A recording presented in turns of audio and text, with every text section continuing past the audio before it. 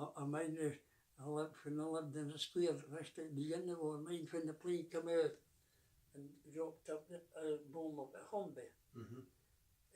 When the plane came out and the sirens went, and I mind Mrs. Mathieson, she lived in the top of her street next to the square, next door to the square. And she was in the ARP, the Whisky, you can, ear raid precautions or something, you can maybe see there'd been flares, what did they call them? Incendiary bombs, these would put them out, you can, and all that. And she was at the end of the ends and that. And the sirens went, and you heard the plane, you can, just again. It had woo, woo, kind of sound it had. And she was running away, supposed to keep people calm. She was running away. They're here, they've come, they're here. Shelter yourself, they're here. She was saying like again, I said, never went in a party. Oh dear. This is Mathieson, I still mind it.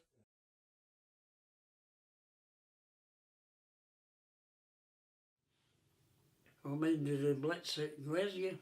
I was in the pit at the time.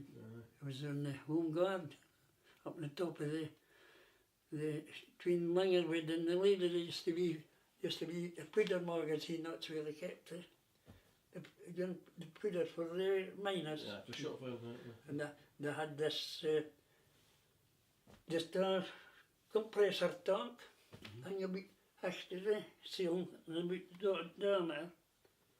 And she could just do that and the phone in it.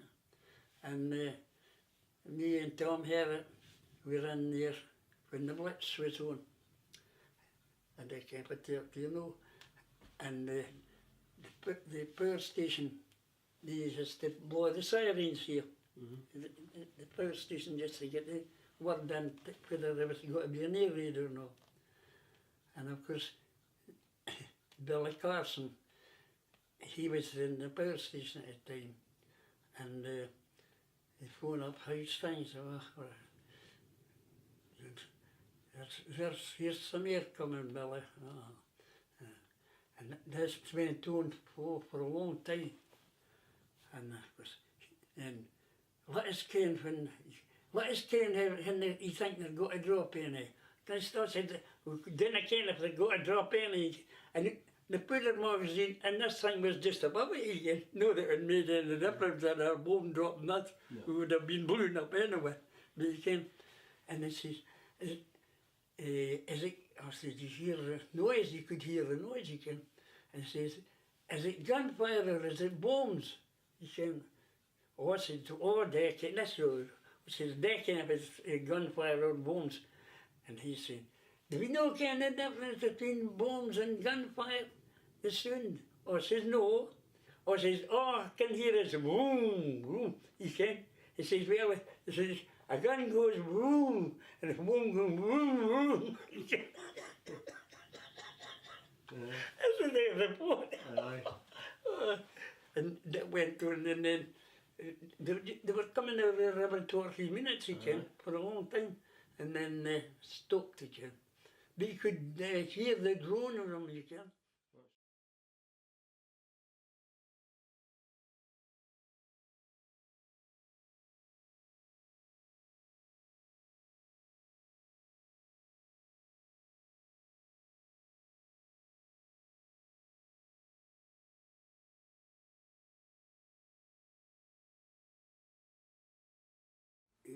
Got married in the church, come home, and got married at 2 o'clock on a Sunday.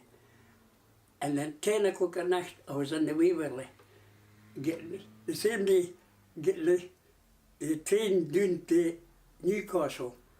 And they were the MPs and naval patrol there, watching the folk coming on, watching the soldiers and all. And of course, I says, God, I've not got a pass, he can. And I say, okay. I says, I ask him if this is a train for London, he can. And I said, I'll not buy when he's speaking to him. So she says, is this a train for London? And I went by them, he can. I had people in my head rang by and then and I got off at Newcastle weekend. So that, and I never seen her for 12 years after that. I was abroad all the time weekend.